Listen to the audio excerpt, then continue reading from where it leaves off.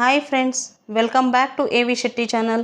ಇವತ್ತಿನ ಈ ವಿಡಿಯೋದಲ್ಲಿ ಸೇತುಬಂಧ ಸಾಫಲ್ಯ ಪರೀಕ್ಷೆಯನ್ನು ನಾವು ಈಗಾಗಲೇ ತರಗತಿಗಳಲ್ಲಿ ತೆಗೆದುಕೊಂಡಿದ್ದೀವಿ.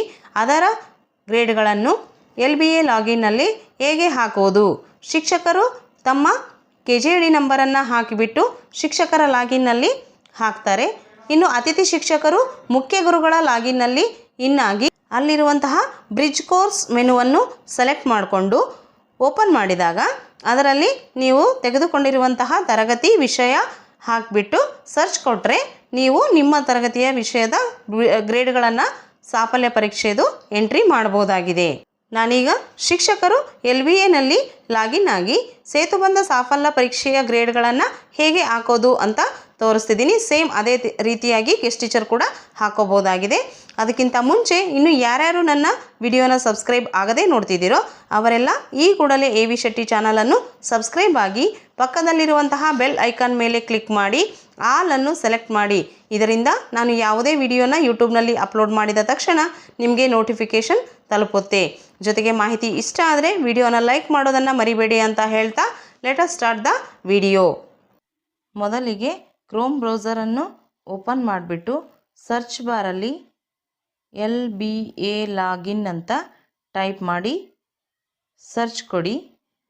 ಆಗ ಈ ರೀತಿಯ ಲಿಂಕ್ಸ್ ನಿಮ್ಮ ಮುಂದೆ ಓಪನ್ ಆಗುತ್ತೆ. ಅದರಲ್ಲಿ ಫಸ್ಟ್ ಇದೆಯಲ್ಲ sign in lesson based assessment ಅಂತ, ಈ ಲಿಂಕ್ ಮೇಲೆ ಕ್ಲಿಕ್ ಮಾಡಿ. ಆಗ ನಿಮ್ಮ ಮುಂದೆ LBA ಲಾಗಿನ್ ಪೇಜ್ SATSದು ಡಿಸ್ಪ್ಲೇ ಆಗುತ್ತೆ.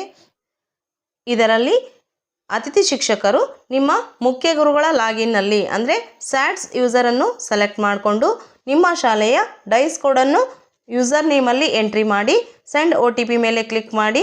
ಆಗ ನಿಮ್ಮ ಮುಖ್ಯ ಗುರುಗಳ ಮೊಬೈಲ್ ನಂಬರಿಗೆ OTP ಬರುತ್ತೆ. ಅದನ್ನು ಹಾಕಿ ಲಾಗಿನ್ ಆಗಿ ಬ್ರಿಡ್ಜ್ ಕೋರ್ಸಲ್ಲಿ ಹೋಗಿ ನೀವು ಮುಂದುವರಿಬೇಕಾಗುತ್ತೆ. ನಾನೀಗ ಶಿಕ್ಷಕರು ಹೇಗೆ ಲಾಗಿನ್ ಆಗೋದು ಅಂತ ತೋರಿಸ್ತಿದ್ದೀನಿ. ಅದಕ್ಕೋಸ್ಕರ ಟೀಚರ್ ರೇಡಿಯೋ ಬಟನನ್ನು ಸೆಲೆಕ್ಟ್ ಮಾಡಿ ನಿಮ್ಮ KJD ನಂಬರನ್ನು ಹಾಕಿ ಸೆಂಡ್ OTP ಮೇಲೆ ಕ್ಲಿಕ್ ಮಾಡಿ. ನಿಮ್ಮ ರಿಜಿಸ್ಟರ್ಡ್ ಮೊಬೈಲ್ ನಂಬರಿಗೆ OTP ಬಂದಿರುತ್ತೆ. ಆ OTPಯನ್ನು ಚೆಕ್ ಬಾಕ್ಸ್ಗಳಲ್ಲಿ ಹಾಕಿ ವೆರಿಫೈ OTP ಮೇಲೆ ಕ್ಲಿಕ್ ಮಾಡಿ. ಆಗ ಈ ರೀತಿಯಾಗಿ student achievement tracking system Karnataka ಅಂತೇಳಿ ನಿಮ್ಮ ಲಾಗಿನ್ ಪೇಜ್ ಓಪನ್ ಆಗುತ್ತೆ. ಇಲ್ಲಿ ಲೆಫ್ಟ್ ಸೈಡ್ ಇರುವಂತಹ 3 ಲೈನ್ಸ್ ಮೇಲೆ ಕ್ಲಿಕ್ ಮಾಡಿ. ಆಗ ಅಲ್ಲಿರುವಂತಹ ಮೆನುಸ್ ಓಪನ್ ಆಗುತ್ತೆ. ಅದರಲ್ಲಿ ಬ್ರಿಡ್ಜ್ ಕೋರ್ಸ್ ಅಂತಿದೆಯಲ್ಲ ಅದನ್ನು ಕ್ಲಿಕ್ ಮಾಡಿ ರೈಟ್ ಸೈಡ್ ಸ್ಕ್ರೀನನ್ನು ಟಚ್ ಮಾಡಿ. ಆಗ ಈ ರೀತಿ ಬ್ರಿಡ್ಜ್ ಕೋರ್ಸ್ ಅಂತೇಳಿ ಆಪ್ಷನ್ಸ್ ಓಪನ್ ಆಗುತ್ತೆ. ಇಲ್ಲಿರುವಂತಹ ಆಯ್ಕೆಗಳನ್ನು ಸೆಲೆಕ್ಟ್ ಮಾಡ್ಕೊಳ್ಳಿ. ಮೀಡಿಯಮ್ ಕನ್ನಡ ಒಂದೇ ಇತ್ತು ಅಂದರೆ ಅದು ಆಲ್ರೆಡಿ ಫೆಚ್ ಆಗಿರುತ್ತೆ. ನೆಕ್ಸ್ಟ್ ಕ್ಲಾಸನ್ನು ಸೆಲೆಕ್ಟ್ ಮಾಡ್ಕೊಳ್ಳಿ. ಗ್ರೂಪನ್ನು ಸೆಲೆಕ್ಟ್ ಮಾಡ್ಕೊಳ್ಳಿ. ನಮ್ಮದು ಕನ್ನಡ ಮಾಧ್ಯಮ, ಸೊ ಅದಕ್ಕೋಸ್ಕರ ಕನ್ನಡ ಮೀಡಿಯಮ್, ಕನ್ನಡ ಇಂಗ್ಲೀಷ್ ಅಂತ ಸೆಲೆಕ್ಟ್ ಮಾಡ್ಕೊಂಡಿದ್ದೀನಿ. ನೆಕ್ಸ್ಟ್ ಇನ್ನು ಸೆಕ್ಷನನ್ನು ಸೆಲೆಕ್ಟ್ ಮಾಡ್ಕೊಳ್ಳಿ. ಸಬ್ಜೆಕ್ಟನ್ನು ಸೆಲೆಕ್ಟ್ ಮಾಡ್ಕೊಳ್ಳಿ. ನೆಕ್ಸ್ಟ್ ನೀವು ಬ್ರಿಡ್ಜ್ ಕೋರ್ಸಿನ ಸಾಫಲ್ಯ ಪರೀಕ್ಷೆಯನ್ನು ಯಾವ ದಿನಾಂಕದಂದು ತೆಗೆದುಕೊಂಡಿರ್ತೀರೋ ಆ ದಿನಾಂಕವನ್ನು ಇಲ್ಲಿ ಸೆಲೆಕ್ಟ್ ಮಾಡ್ಕೊಳ್ಳಿ. ನಾನು 23ನೇ ತಾರೀಕಿನಂದು 4ನೇ ತರಗತಿಯ ಗಣಿತ ವಿಷಯವನ್ನು ತೆಗೆದುಕೊಂಡಿದ್ದೀನಿ. ಸೊ ಅದಕ್ಕೋಸ್ಕರ ಆ ಡೇಟನ್ನು ಸೆಲೆಕ್ಟ್ ಮಾಡಿ ಸೆಟ್ ಮೇಲೆ ಕ್ಲಿಕ್ ಮಾಡಿ. ನೆಕ್ಸ್ಟ್ ಈಗ ಎಲ್ಲವನ್ನು ತುಂಬಿದ ನಂತರ ಸರ್ಚ್ ಮೇಲೆ ಕ್ಲಿಕ್ ಮಾಡಿ. ಆಗ ಈ ರೀತಿಯಾಗಿ ಪ್ರೀ ಟೆಸ್ಟ್ ಅಂದರೆ 4A ಫಾರ್ಮ್ ವಿವ್ ಓನ್ಲಿ ಅಂತ ಆಗಿರುತ್ತೆ. ಪೋಸ್ಟ್ ಟೆಸ್ಟ್ ಅಂದರೆ 5A ಫಾರ್ಮಲ್ಲಿ ಆ್ಯಕ್ಟಿವ್ ಅಂತ ಈ ರೀತಿ ನಿಮ್ಮ ಮುಂದೆ ಡಿಸ್ಪ್ಲೇ ಆಗುತ್ತೆ. ಆಗ ಇಲ್ಲಿ ಕೆಳಗಡೆ ನೋಡ್ಬೋದು ನೀವು ತೆಗೆದುಕೊಂಡಿರುವಂತಹ ತರಗತಿಯ ವಿಷಯದ ಮತ್ತು ನೀವೇನು ಡೇಟ್ ಹಾಕಿದ್ದೀರಲ್ಲ ಯಾವ ಡೇಟಿಗೆ ನೀವು ಸಾಫಲ್ಯ ಪರೀಕ್ಷೆ ತಗೊಂಡಿದ್ದೀರಾ ಅಂತ ಡಿಸ್ಪ್ಲೇ ಆಗುತ್ತೆ. ವ್ಯೂ ಆಲ್ ಎಲ್ಲೋಸಲ್ಲಿ ಎಲ್ಲೋಸ್ ಕೂಡ ಡಿಸ್ಪ್ಲೇ ಆಗುತ್ತೆ. ನೀವು ಬೇಕಾದರೆ ಓಪನ್ ಮಾಡಿ ನೋಡ್ಕೊಳ್ಬೋದು. ನಂತರ ಇಲ್ಲಿ ಸ್ಟೂಡೆಂಟ್ ಬ್ರಿಡ್ಜ್ ಕೋರ್ಸ್ ಡೀಟೇಲ್ಸ್ ಅಂತೇಳಿ ಈ ರೀತಿಯಾಗಿ ಫಸ್ಟ್ ಶೋ ಕಾಲಮಲ್ಲಿ ಎಂಟ್ರೀಸ್ ಪರ್ ಪೇಜನ್ನು ಚೇಂಜ್ ಮಾಡಿಕೊಂಡು ಮ್ಯಾಕ್ಸಿಮಮ್ ನಂಬರನ್ನು ಸೆಲೆಕ್ಟ್ ಮಾಡ್ಕೊಳ್ಳಿ. 500, 100 ಈ ರೀತಿ ನಿಮ್ಮ ಶಾಲೆಯ ಸ್ಟ್ರೆಂತ್ಗೆ ಅನುಗುಣವಾಗಿ ಸೆಲೆಕ್ಟ್ ಮಾಡ್ಕೊಳ್ಳಿ. ನಂತರ ಇಲ್ಲಿ ಕೆಳಗಡೆ ನೀವು ನೋಡ್ಬೋದು ಸೀರಿಯಲ್ ನಂಬರ್ ಇದೆ, ಸ್ಟೂಡೆಂಟ್ ನೇಮ್ ಮತ್ತು ಸ್ಯಾಟ್ಸ್ ID ಇದೆ. ನೆಕ್ಸ್ಟ್ ಇಲ್ಲಿ LO 1 ಹಿಡಿದು LO ಎಂಡ್ವರೆಗೂ ಅಂದರೆ 9 ಇದ್ದರೆ 9, 8 ಇದ್ದರೆ 8 ಎಷ್ಟು LOs ಇರ್ತಾವೋ ಅಷ್ಟು ಇಲ್ಲಿ ಡಿಸ್ಪ್ಲೇ ಆಗಿರುತ್ತೆ. ಈ ಮಗುವಿನ ಹೆಸರಿನ ಮುಂದೆ ನೀವು ಗಮನಿಸಿದಂತೆ ಆ ಮಗು ಪೂರ್ವ ಪರೀಕ್ಷೆಯಲ್ಲಿ A ಗ್ರೇಡನ್ನು ಗಳಿಸಿದರೆ ಅಂತಹ LOಸ್ಗಳು ಏನಾಗಿರುತ್ತದೆ ಇಲ್ಲಿ ಅಂದರೆ ಫ್ರೀಸ್ ಆಗಿರ್ತವೆ. ಅದನ್ನು ನಾವು ಏನು ಚೇಂಜಸ್ ಮಾಡಲು ಬರೋದಿಲ್ಲ.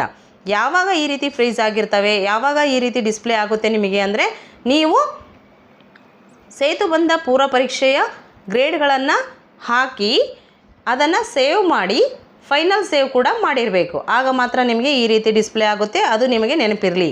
ನೆಕ್ಸ್ಟ್ ನೀವೀಗ ಏನು ಮಾಡಬೇಕಾಗುತ್ತೆ ಅಂದರೆ, ಯಾವ ಮಗು ಎಲ್ಲೋಸ್ಗಳಲ್ಲಿ ಬಿ ಗ್ರೇಡನ್ನು ತೆಗೆದುಕೊಂಡಿದೆಯೋ ಆ ಎಲ್ಲೋಸ್ಗಳಿಗೆ ನೀವೀಗ ಕ್ರಿಯಾ ಯೋಜನೆಯನ್ನು ರೂಪಿಸಿ ಇಷ್ಟು ದಿನವರೆಗೂ ಅಂದರೆ 15 ದಿನಗಳವರೆಗೆ ಅವರಿಗೆ ಚಟುವಟಿಕೆಗಳನ್ನು ರೂಪಿಸಿ ಆ ಎಲ್ಲೋಸ್ಗಳ ಸಾಧನೆ ಆಗುವಂತೆ ಪ್ರೇರೇಪಿಸಿರ್ತೀರಿ. ಈಗ ಸಾಫಲ್ಯ ಪರೀಕ್ಷೆಯನ್ನು ತೆಗೆದುಕೊಂಡ ನಂತರ ಈ ರೀತಿ ಆ ಕಲಿಕಾ ಫಲದಲ್ಲಿ ಪ್ರಗತಿ ಸಾಧಿಸಿರುವಂತಹ ಮಕ್ಕಳನ್ನು ಅಂದರೆ ಬಿ ಗ್ರೇಡಿಂದ ಎ ಗ್ರೇಡಿಗೆ ಏನು ಬಂದಿರ್ತಾರಲ್ಲ ಅಂಥ ಮಕ್ಕಳ ಗ್ರೇಡನ್ನು ನಾವಿಲ್ಲಿ ಹಾಕಬೇಕಾಗುತ್ತೆ. ಫಾರ್ ಎಕ್ಸಾಂಪಲ್ 1ನೇ ಮಗುವಿನ 6ನೇ ಗ್ರೇಡ್ ಇದೆಯಲ್ಲ, ಅದರ ಬಿ ಗ್ರೇಡ್ ಇದೆ, ಅದನ್ನು ಮಾತ್ರ ನಾವು ಚೇಂಜ್ ಮಾಡ್ಬೋದು. ಎ ಗ್ರೇಡ್ ಮೇಲೆ ನಾವು ಕರ್ಸರ್ ಇಟ್ಟರೆ ಬರೋದಿಲ್ಲ, ಅದೇನು ಚೇಂಜ್ ಮಾಡೋಕ್ಕೆ ಸಾಧ್ಯ ಇಲ್ಲ. ಈಗ ಈ ಮಗು ಎ ಗ್ರೇಡ್ ಸಾಧಿಸಿದೆ LO6ಅಲ್ಲಿ, ಅದನ್ನು ಬ್ಯಾಕ್ ಸ್ಪೇಸ್ ಮಾಡಿ ಎ ಅಂತ ಟೈಪ್ ಮಾಡಿ, ಆಗ ಆ ರೆಡ್ ಕಲರ್ ಇರುವಂತಹ ಬಿ ಹೋಗಿ ಗ್ರೀನ್ ಕಲರ್ ಎ ಅಂತ ಆಗುತ್ತೆ. ಇದೇ ರೀತಿ ಆ ಮಗುವಿನ ಎಲ್ಲ ಎಲ್ಲೋಸ್ಗಳಲ್ಲಿ ಆ ಮಗು ಎ ತಗೊಂಡಿದ್ದೇನಾ ಅಥವಾ ಬಿ ಯಲ್ಲೇ ಉಳಿದಿದ್ದೇನಾ ಅನ್ನೋದನ್ನು ಚೆಕ್ ಮಾಡ್ಕೊಳ್ಳಿ. ಬಿ ಯಲ್ಲೇ ಉಳಿದಿದ್ರೆ ನೀವೇನು ಚೇಂಜಸ್ ಮಾಡೋದು ಬೇಕಾಗಿಲ್ಲ. ಎ ಅಲ್ಲಿ ಬಂದಿದ್ರೆ ಮಾತ್ರ ಎ ಅಂತ ಮಾಡಬೇಕಾಗುತ್ತೆ. ಈ ರೀತಿಯಾಗಿ ನಿಮ್ಮ ತರಗತಿಯ ನಿಮ್ಮ ವಿಷಯದ ಎಲ್ಲ ಮಕ್ಕಳ ಎಲ್ಲೋಸ್ಗಳನ್ನು ಚೆಕ್ ಮಾಡಿಕೊಂಡು ಅದನ್ನು ಕಂಪ್ಲೀಟಾಗಿ ಹಾಕಬೇಕಾಗುತ್ತೆ. ನಂತರ ಕೆಳಗಡೆ ಇರುವಂತಹ ಸೇವ್ ಬಟನ್ ಮೇಲೆ ಕ್ಲಿಕ್ ಮಾಡಿ. ಆಗ are you sure you want to save the bridge course data ಅಂತ ಕೇಳುತ್ತೆ. ಸೇವ್ ಮೇಲೆ ಕ್ಲಿಕ್ ಮಾಡಿ. ಆಗ ಗ್ರೀನ್ ಕಲರಲ್ಲಿ ಪಾಪಪ್ ಮೆಸೇಜ್ ಸೇವ್ ಸಕ್ಸಸ್ಫುಲಿ ಅಂತ ಬರುತ್ತೆ. ಅಷ್ಟಕ್ಕೆ ಬಿಟ್ಟರೆ ನೀವು ಅದು ಕಂಪ್ಲೀಟಾಗಿ ಸೇವ್ ಆಗೋದಿಲ್ಲ. ಮತ್ತೇನೂ ತಿದ್ದುಪಡಿ ಇಲ್ಲ ಅಂತ ಆದಾಗ ಮತ್ತೊಮ್ಮೆ ಬೇಕಾದರೆ ರೀಚೆಕ್ ಮಾಡ್ಕೊಳ್ಳಿ. ಅದಾದ ನಂತರ ಫೈನಲ್ ಸೇವ್ ಮೇಲೆ ಕ್ಲಿಕ್ ಮಾಡಿ. Are you sure you want to save the bridge course data ಅಂತ ಕೇಳುತ್ತೆ. ಪಾಪಪ್ ಮೆಸೇಜ್ಗೆ ಸೇವ್ ಅಂತ ಕೊಡಿ. ಆಗ ಈ ರೀತಿ ಗ್ರೀನ್ ಕಲರಲ್ಲಿ ಪಾಪಪ್ ಮೆಸೇಜ್ ಬರುತ್ತೆ, ಸೇವ್ ಸಕ್ಸಸ್ಫುಲಿ ಅಂತ. ನಂತರ ನೀವು ಬೇಕಾದರೆ ರೈಟ್ ಸೈಡ್ ಇದೆಯಲ್ಲ ಇಲ್ಲಿ PDF ಅಂತೇಳಿ, ಆ PDF ಮೇಲೆ ಕ್ಲಿಕ್ ಮಾಡಿ PDF ರೂಪದಲ್ಲಿ ಆ ಮಾಹಿತಿಯನ್ನು ಸೇವ್ ಕೂಡ ಡೌನ್ಲೋಡ್ ಕೂಡ ಮಾಡ್ಕೊಳ್ಬೋದಾಗಿದೆ. ನೆಕ್ಸ್ಟ್ ಇಲ್ಲಿ ಕೆಳಗಡೆ ನೀವು ನೋಡ್ಬೋದು ಸೆಪ್ಟೆಂಬರ್ ಅಂತಿದೆ ಮತ್ತು ಡಿಸೆಂಬರ್ ಅಂತಿದೆ ವಿ ಓನ್ಲಿ.